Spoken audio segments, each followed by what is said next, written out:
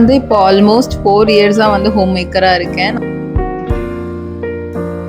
ஏன்னா எனக்கும் அந்த பெயின் வந்து தெரியும். நம்ம என்னதான் வந்து ஹோம் மேக்கரா இருந்தாலும், இப்ப நான் வந்து மேரேஜ் ஆகி கொஞ்சம் மந்த்ஸ்லயே வந்து பிரெக்னன்ட் ஆயாச்சு. அப்புறம் ஜஸ்ட் ஹோம் மேக்கரா மட்டும் இருக்கக்கூடாது.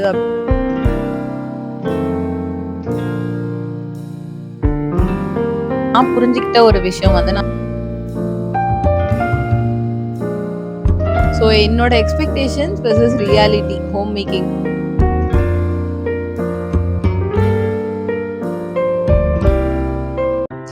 ஹாய், நீங்க பார்த்துட்டு இருக்கிறது அபியும் அவளும். இன்னைக்கு நம்ம ஹோம் மேக்கிங் அண்ட் ஹோம் மேக்கரா இருக்கிறத பத்தி தான் பேச போறோம். நான் வந்து கல்யாணம் ஆன புதுசுலலாம் நான் ஒரு ஹோம் மேக்கர் அப்படின்னு வெளியே சொல்லிக்கிறதுக்கே வந்து ரொம்ப வந்து ஸ்ட்ரகிள் பண்ணுவேன். எனக்கு என்னன்னு தெரியல. எனக்கு வந்து அதை வெளியில சொல்லும் போது எனக்கு எனக்கு வாயே வராது நான் சொல்றதுக்கு. நான் வந்து யோசிச்சுட்டே நிப்பேன். இல்ல சொன்னா கூட ரொம்ப வந்து என்னை ஸ்ட்ரெயின் பண்ணி தான் சொல்லுவேன். பட் அப்புறம் இயர்ஸ் பாஸ் ஆக தான் எனக்கு வந்து தெரிஞ்சுச்சு.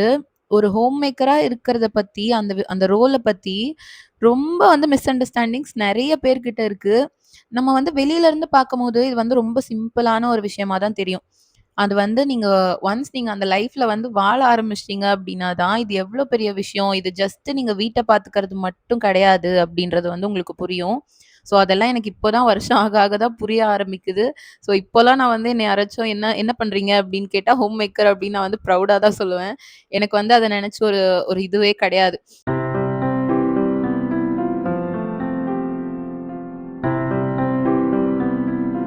என்னையும் சேர்த்து தான் சொல்றேன். ஹோம் மேக்கிங்க பத்தி, இல்ல ஹோம் மேக்கரா இருக்கிறத பத்தி நெறைய பேருக்கு நெறைய மிஸ் அண்டர்ஸ்டாண்டிங்ஸ் இருக்கு.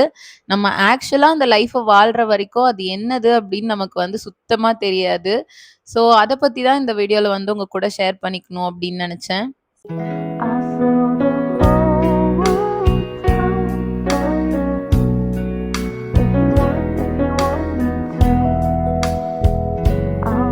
ஸோ நான் வந்து இப்போ ஆல்மோஸ்ட் 4 இயர்ஸா வந்து ஹோம் மேக்கரா இருக்கேன். நான் மேரேஜ் ஆனதுலேருந்தே வந்து ஹோம் மேக்கரா தான் இருக்கேன்.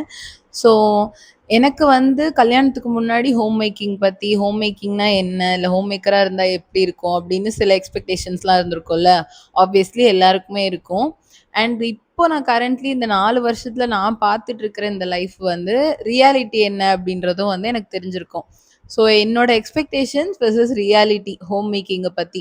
எப்படி என்னோட எக்ஸ்பெக்டேஷன்ஸ் இருந்துச்சு அண்ட் ரியாலிட்டி ஆக்சுவலா எப்படி இருக்கு அப்படின்றத பத்தி தான் இந்த வீடியோல வந்து உங்க கூட ஷேர் பண்ணிக்க போறேன். ஒருத்தரோட எக்ஸ்பெக்டேஷனும் ஒரு மாதிரி இருக்கும், டிஃப்ரெண்ட்டா இருக்கும். ஸோ அதே மாதிரி தான் ஒருத்தரோட ரியாலிட்டியுமே வந்து டிஃப்ரெண்ட்டா தான் இருக்கும். என்னோட ரியாலிட்டி வந்து உங்களுக்கு ரியாலிட்டியா இருக்கும் அப்படின்னு அவசியம் இல்ல. But most of the things வந்து எல்லாராலையுமே வந்து ரிலேட் பண்ணிக்க முடியும். அந்த மாதிரி விஷயத்த பத்தி தான் இந்த வீடியோல பார்க்க போறோம். சரி, இப்ப நான் சமைச்சுட்டே என்னோட எக்ஸ்பெக்டேஷன்ஸ் எப்படி இருந்துச்சு வெர்சஸ் ரியாலிட்டி எப்படி இருந்துச்சு அப்படின்றத உங்ககிட்ட சொல்றேன்.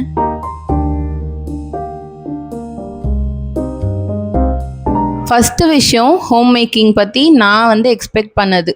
அப்படின்னா ஹோம் மேக்கர்னா குக் பண்ணணும், கிளீன் பண்ணணும், வீட்டை வந்து பார்த்துக்கணும். ஸோ இதுதான் என்னோட எக்ஸ்பெக்டேஷன்.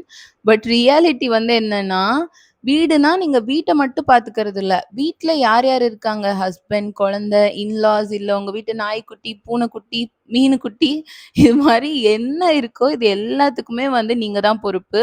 இது எல்லாமே உங்க ரெஸ்பான்சிபிலிட்டில தான் வரும். மூலை முடுக்குல என்ன இருக்கு? உங்க வீட்ல ஒரு பூ காஞ்சு போச்சா? அதுக்கும் நீங்க தான் பொறுப்பு. உங்க வீட்ல ஒரு ஸ்க்ரூ தொலைஞ்சு போச்சா? அதுக்கும் நீங்க தான் பொறுப்பு. ஸோ இந்த மாரி வீடுனா, வீடு மட்டும் நீங்க அந்த 4 செவுர மட்டும் பார்த்துக்கிறது இல்ல. கிச்சன மட்டும் நீங்க வந்து மெயின்டெயின் பண்றது இல்ல.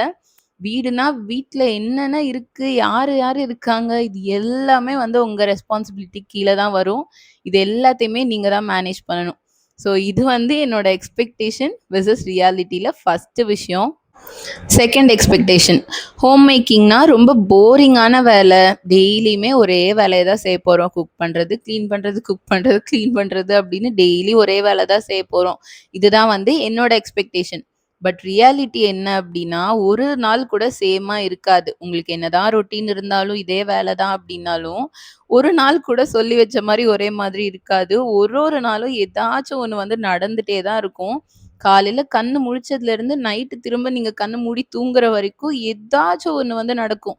ஸோ வந்து காலையில பால் பொங்கிரும், குப்பை வண்டி போயிரும், இல்ல ஆஃபீஸ்க்கு லேட் ஆயிரும், இல்ல மார்னிங் ஏஞ்சுக்கிறதுக்கு லேட் ஆயிரும், குழந்தை வந்து அழுகும். ஏதாச்சும் ஒண்ணு வந்து நடக்கும். ஸோ ஒரு நாள் கூட சொல்லி வச்ச மாரி ஒரே மாதிரி ஸ்லோவாவோ, பீஸ்ஃபுல்லாவோ இருக்காது. அப்பப்போ வந்து அந்த பீஸ்ஃபுல் டைம் வந்து நீங்க என்ஜாய் பண்ணிக்க வேண்டியது தான். பட் என்டையர் டே வந்து உங்கள நீங்க நெனச்ச மாரியே கொண்டு போக முடியுமான்னா, கண்டிப்பா கிடையாது. என்ன பொறுத்தவரைக்கும் ஹோம் மேக்கிங்கோட ரியாலிட்டி வந்து டெய்லியுமே உங்கள ரேஸ்ல எதுலயோ ஓட விட்ட மாரி தான். மார்னிங்லேருந்து நைட் வரைக்கும் ஓடிட்டு தான் இருக்கணும். ஸோ இது வந்து நெவர் அ போரிங் வேல. ஸோ இது வந்து போரிங் வேல கிடையவே கிடையாது.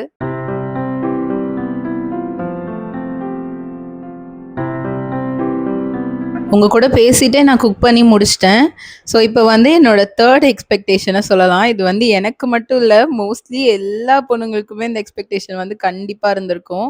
நீங்க யாரெல்லாம் கல்யாணத்துக்கு முன்னாடி, இல்ல கல்யாணம் ஆகப்போகுது அப்படின்ற டைம்ல, இந்த த்ரிஷா பாட்டு வரும்ல, "ஞாயிறு மதியம் சமையல் உனது" அப்படின்னு.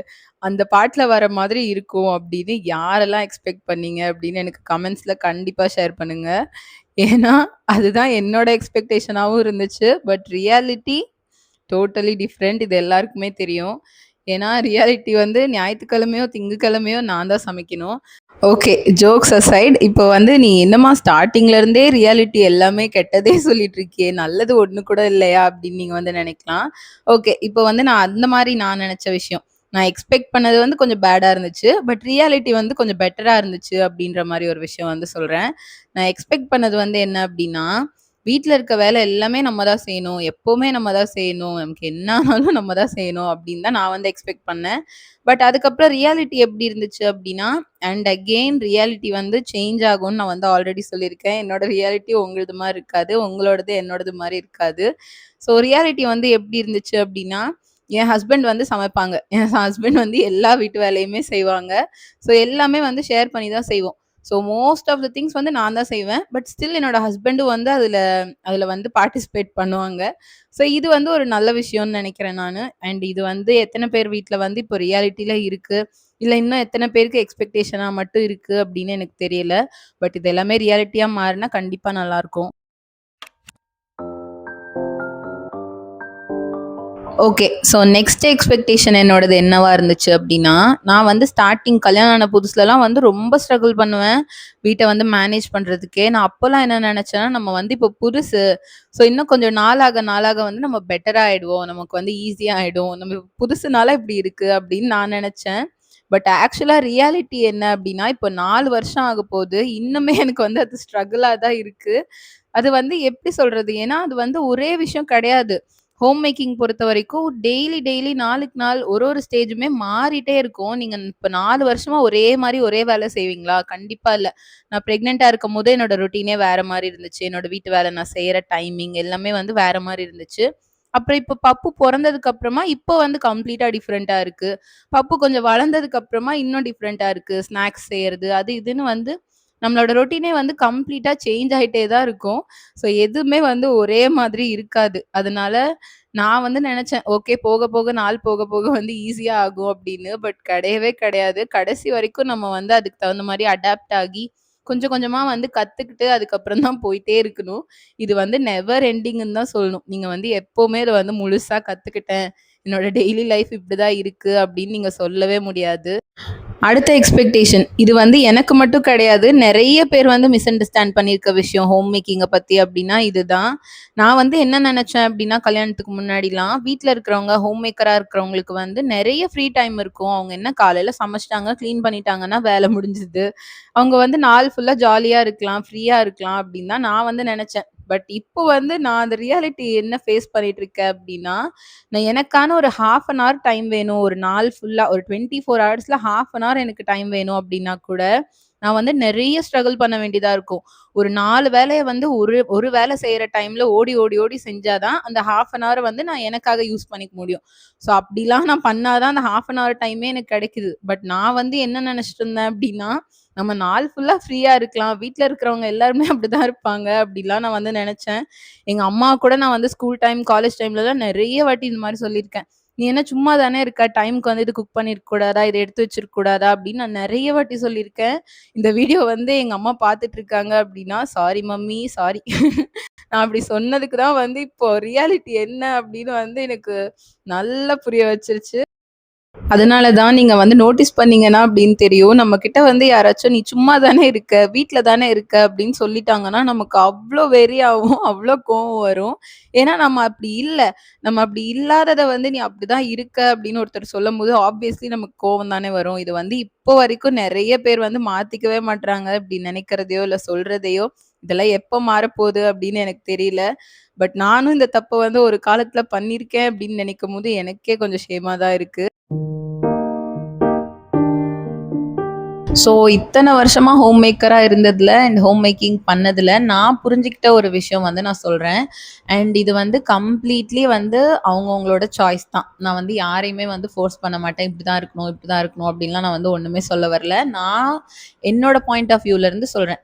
அ எனக்கு இத்தன வருஷமா ஹோம் மேக்கரா இருந்ததுல வந்து நான் நெனச்ச ஒரு விஷயம், நான் வந்து இது பண்ணா நல்லாருக்கும் அப்படின்னு நான் ஃபீல் பண்ண விஷயத்த வந்து சொல்றேன். நம்ம என்னதான் வந்து ஹோம் மேக்கரா இருந்தாலும், இப்ப கரண்ட்லி இல்ல குழந்தைக்காக நீங்க வந்து ஜாப் விட்டிருந்தாலோ, இல்ல ஃபேமிலிக்காக இல்ல என்ன சிச்சுவேஷனா வேணா இருக்கலாம். பட் ஸ்டில் உங்களுக்கு வந்து ஒரு சைடு ஹசில் மாதிரி இருக்கிறது வந்து ஒரு பெட்டர் சாய்ஸ்ன்னு நான் வந்து சொல்லுவேன். ஏதாச்சும் ஒரு ஏர்னிங், ஏதாவது ஒரு கெரியர் வந்து உங்களுக்கு இருக்கணும். நீங்க என்னதான் ஹோம் மேக்கரா இருந்தாலும், வீட்ல இருந்தே ஏதாச்சும் பிசினஸ் பண்ண முடியுமா? இல்ல வேற ஏதாச்சும் பார்ட் டைம் வொர்க் மாதிரி பண்ண முடியுமா? இல்ல வொர்க் ஃப்ரம் ஹோம் அந்த மாரி நெறைய சாய்ஸ் வந்து இப்ப இருக்கு.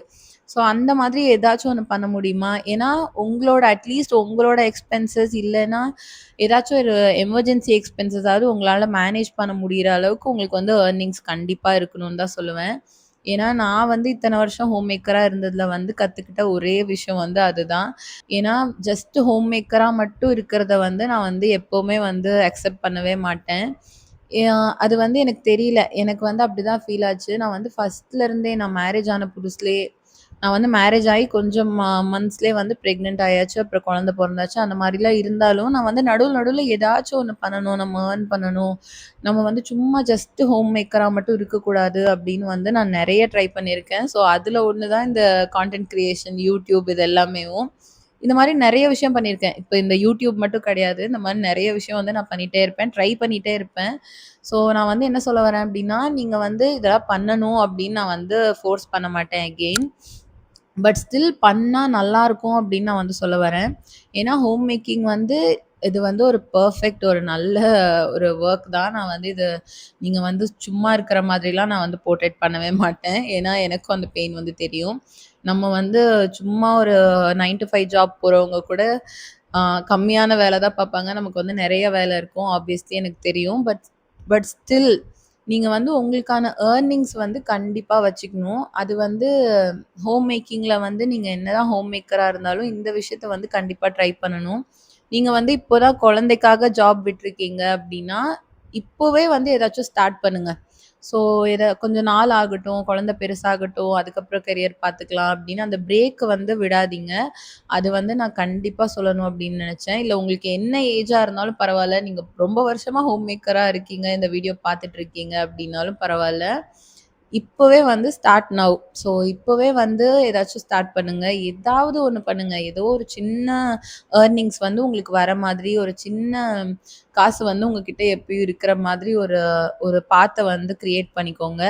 ஸோ அத தான் நான் வந்து ஹோம் மேக்கிங்ல நான் கத்துக்கிட்ட, நான் ரியலைஸ் பண்ண ஒரு விஷயம். அண்ட் இந்த 4 இயர்ஸ் ஆஃப் ஹோம் மேக்கிங்ல வந்து ஃபைனலி நான் வந்து சொல்ல வந்த விஷயமும் இதுதான்.